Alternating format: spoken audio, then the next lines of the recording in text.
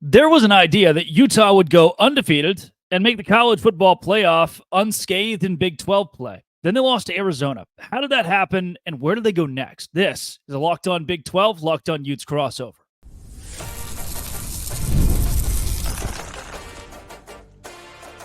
You are Locked On Utes, your daily podcast on the Utah Utes. Part of the Locked On Podcast Network, your team every day.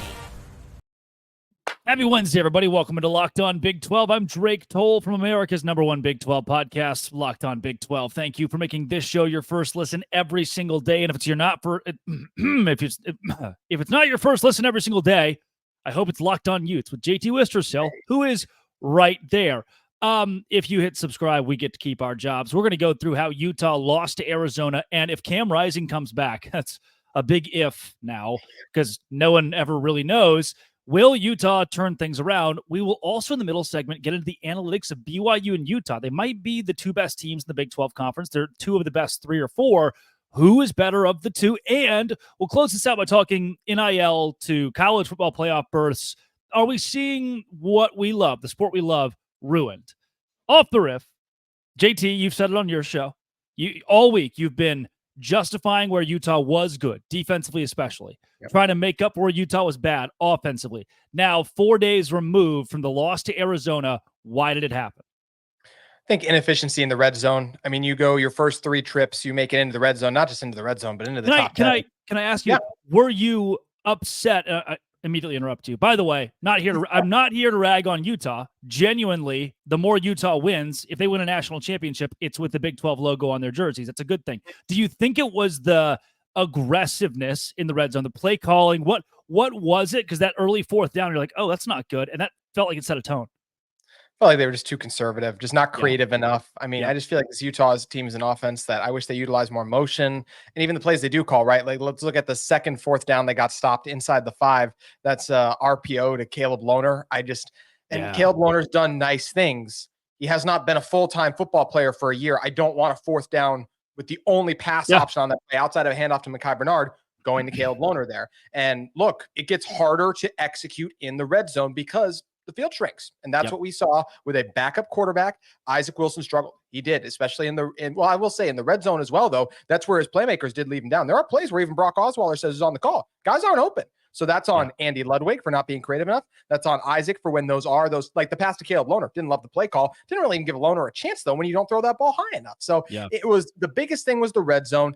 I'm not that concerned about the defense because I know that Noah Fafita went in there and look, he made big plays, but like he looked like the Noah Fafita of old. I think I fell for in my preview of the game, looking at this Arizona team through the first 3 weeks and going, that's who they are for sure. I give them credit. They improved over the bye week. Look at the way their offensive line was able to generate movement on one of the best front sevens in what I truly believe is college football. 160 rushing yards for Arizona over that after you had under 60 against Kansas State. That's just credit to them for making plays. Noah Fafita made some under pressure that were incredible, and Isaac Wilson was unable to. It's going to be really hard for Utah to achieve their goals if Cam Rising does not come back.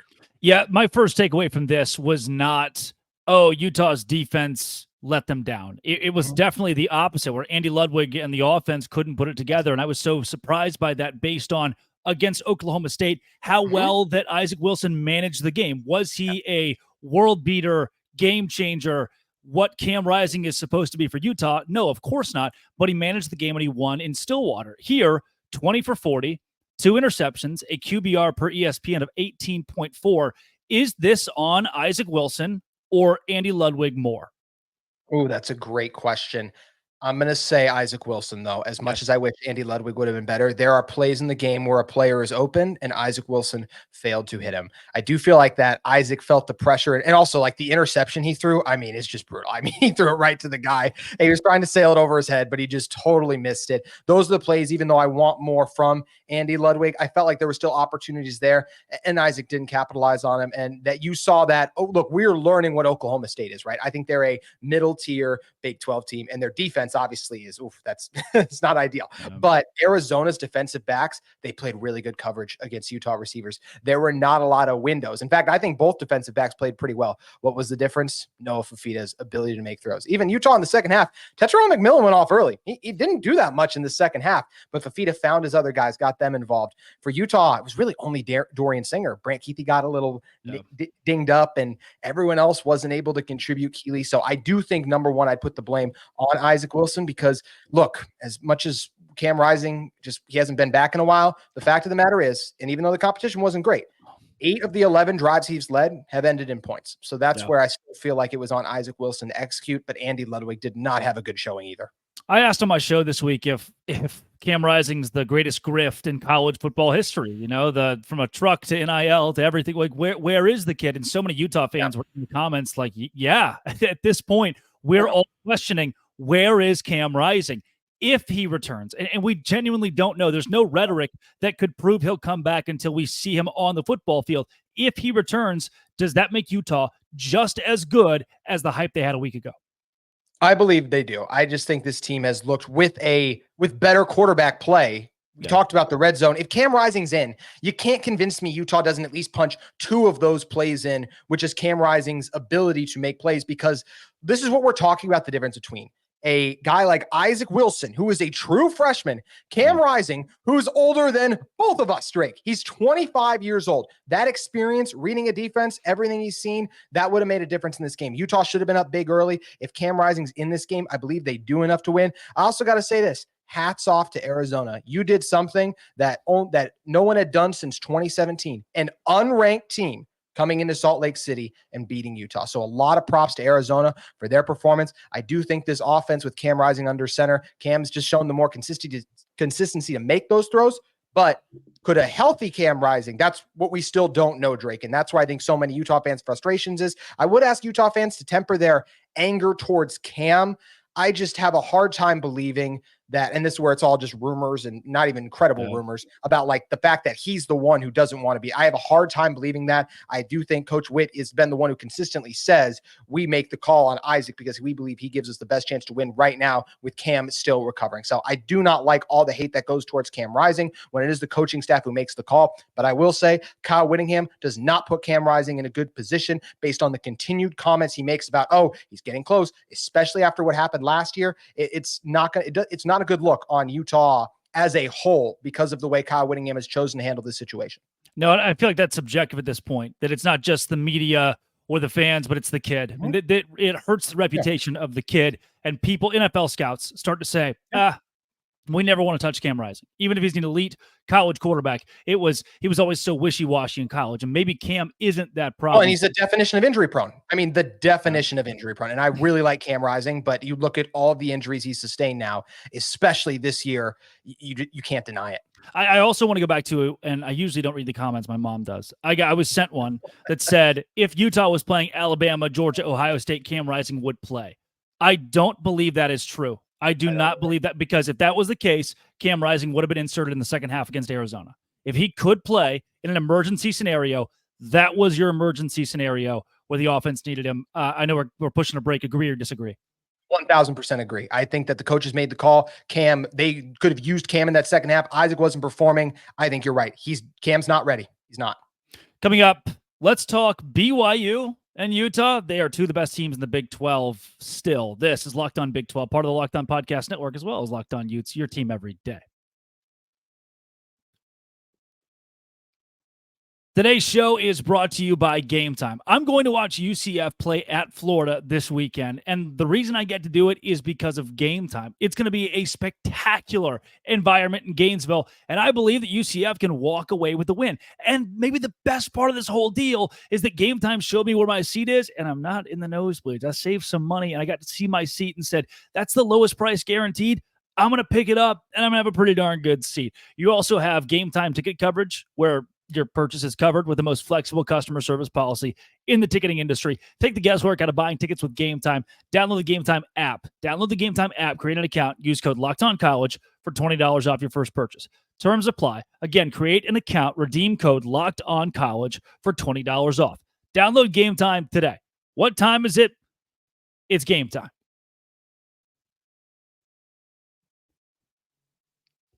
JT Wistrcill of Locked On Utes. I want to go back and forth a bit here because so many people are now high on BYU. And if you're going to create a Locked On Big 12 or any Big 12 power rankings, you're putting the Cougars above the Utes, which is something that none of us ever expected to do over the course of the season. But by virtue of them being 5-0, BYU has earned some flowers. We'll get into the analytics of whether or not BYU would beat Utah because they look very good for BYU, oddly enough. But I want to know, just off the what you've seen, the eye test, would Utah confidently beat BYU, and especially in Rice-Eccles Stadium where that game will be played?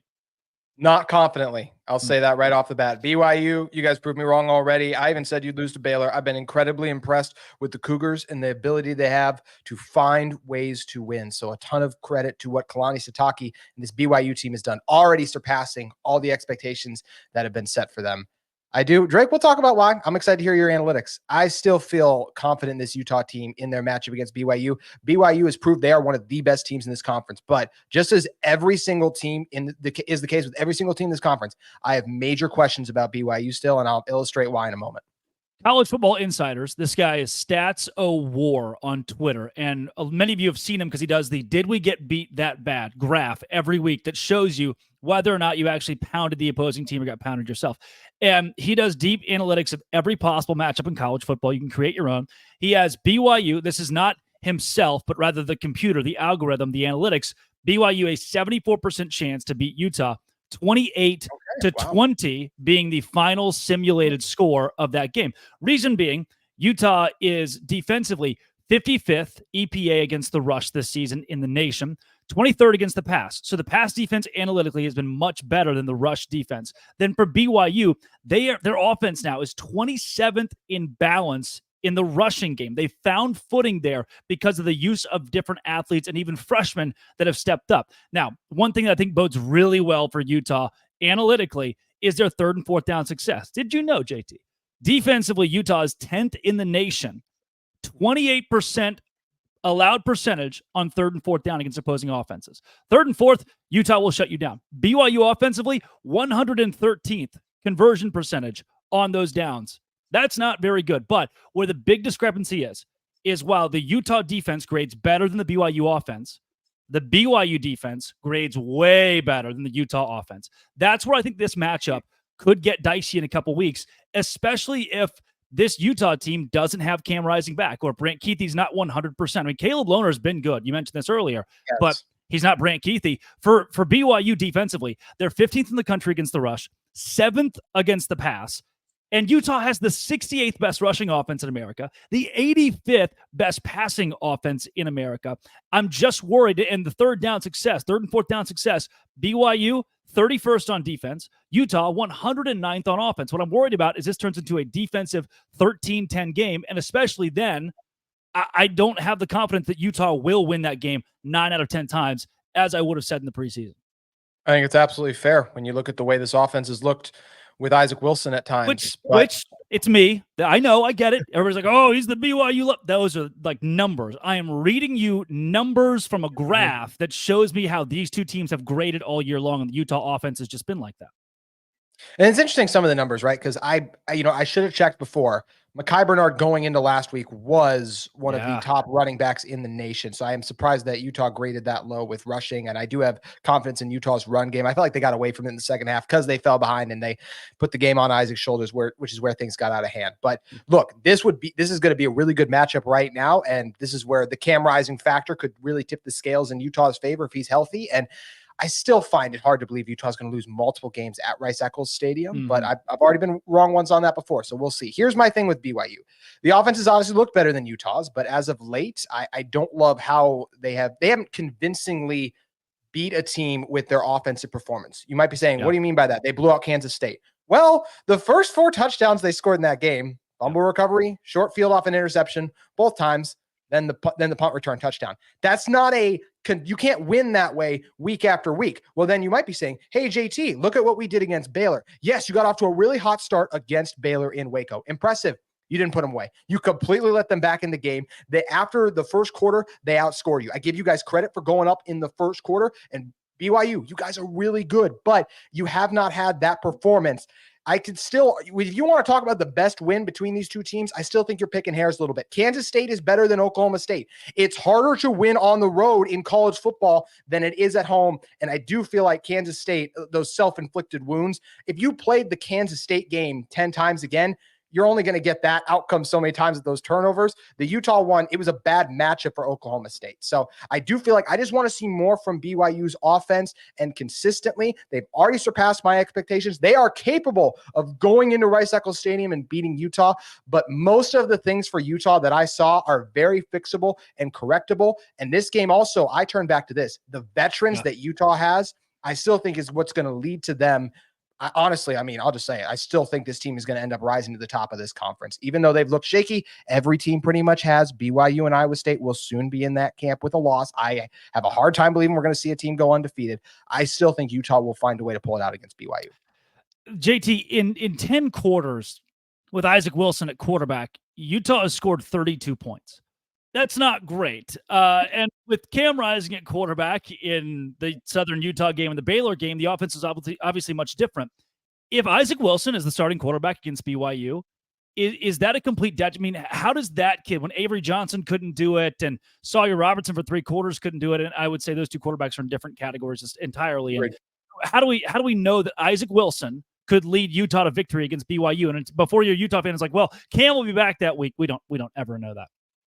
BYU would absolutely be favored in the game if Isaac Wilson had to start for Utah. But I'll also add this, which is something that, Drake, you have also alluded to. We have seen Isaac Wilson grow throughout the season. Yes, the Arizona game wasn't great, but what happened at the start of that game? They got into the red zone and failed to execute. I do feel like the fact that Utah's moving the ball was obviously very encouraging. Didn't have an ideal second half, but we've still seen enough of the plays, the moments against Oklahoma State, the continued practice reps. This is a true freshman who is growing and getting better. And I do think this Utah defense, they got some injured players, Karene Reed, Connor O'Toole, a couple of the best players in the Big 12 at their respective positions.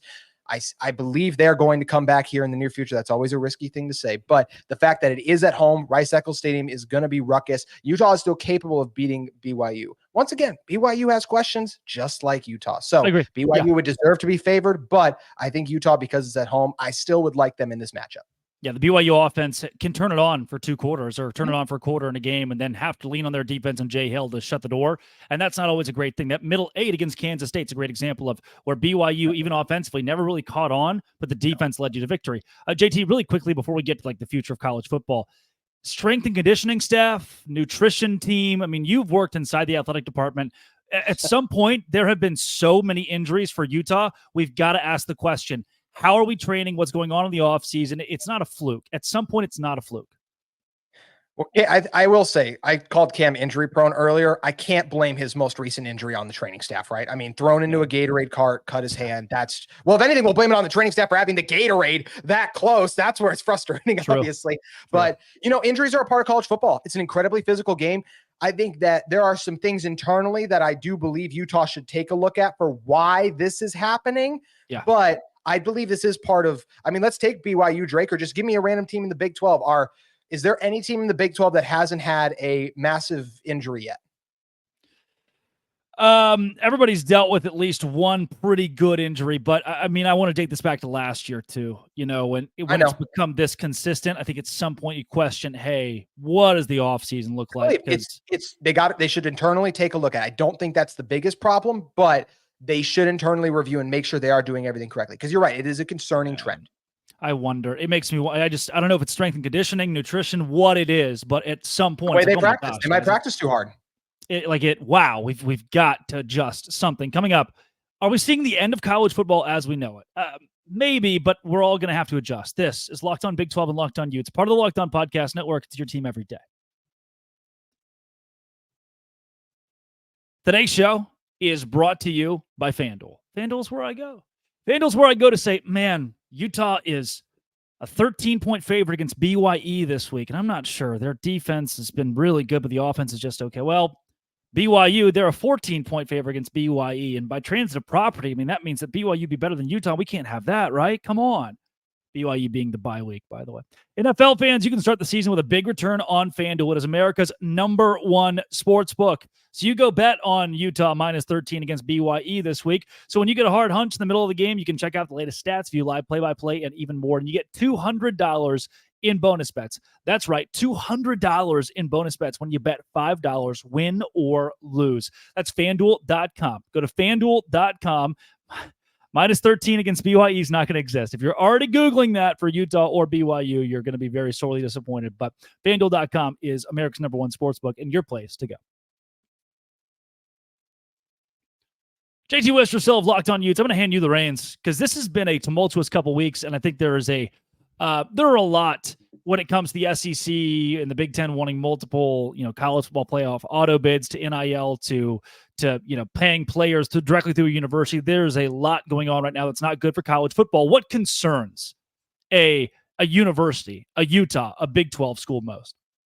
Well, first of all, that was a fantastic ad read, my friend. I thought that was very impressive. But getting to the question at hand, look, I think the thing that concerns me by far the most right now, and there is a lot that we could talk about, by far the biggest is the fact the SEC and Big Ten want 4 auto bids.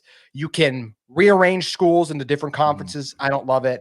We have players even opting out, like the Bear Alexander one in particular. Like, come on, man, you could be a part of a playoff team. You're still playing and you're going to completely quit on your guys. I can't stand that.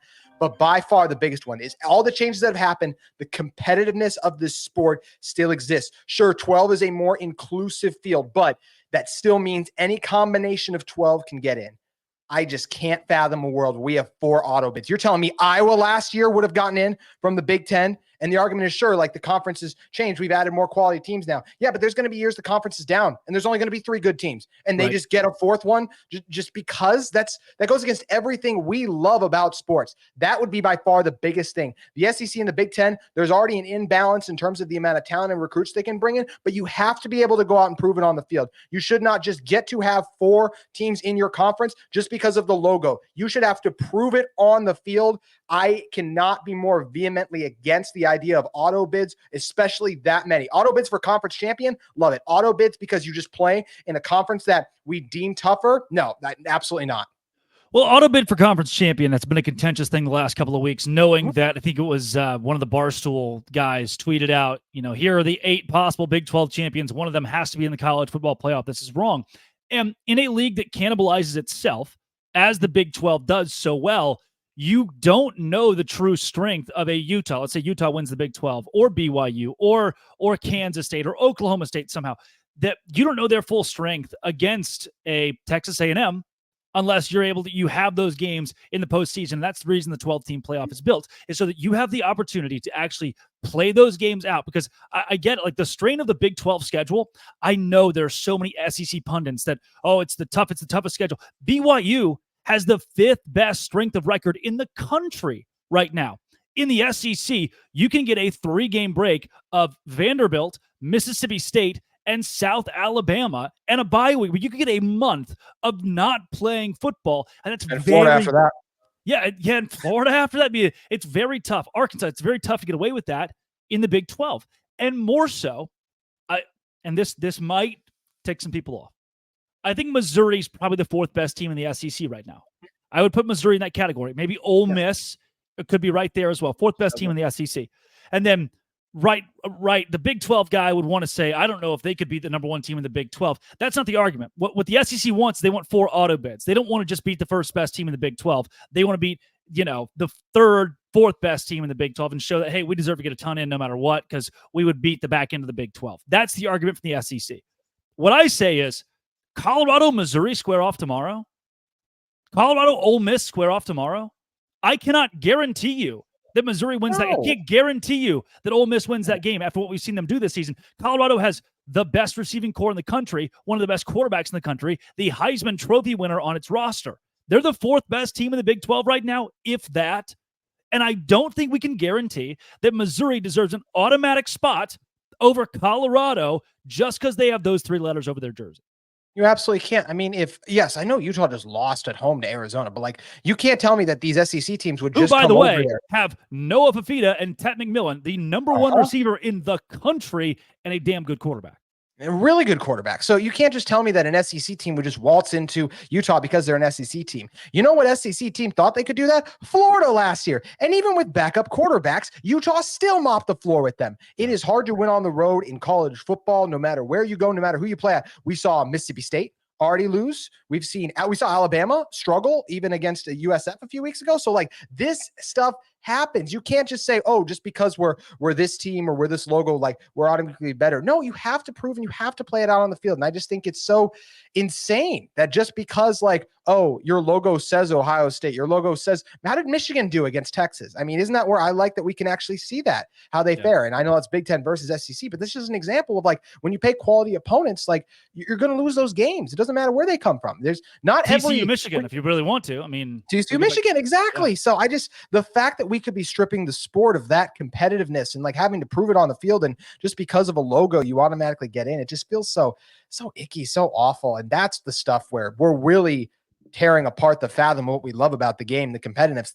The idea that if there were two Big 12 teams that went undefeated, like it wouldn't be, and then like one won the conference title, the other didn't. Like it shouldn't even be a question about the other one getting in. And like with the things they're trying to do with all these auto bids and everything, it would absolutely make it a question. And there's going to be years you get undeserving teams in. So I can't say enough. I really don't use the word hate much on my show, but I can't even tell you how much I hate this idea that you, just because you have this logo, then you get to get in there. Even if you lost, like there's been years where Penn State, and that, yeah, sure, some of them they deserve to get in, but like if Penn State loses like 4 games and it's like, well, they beat these other Big Ten teams, but they're 0-5 against like their highest ranked opponents. No, they shouldn't get into me. So that's where I really can't stand this. And there's a lot of issues facing college football right now, but to me, this would be the one that would really ruin it.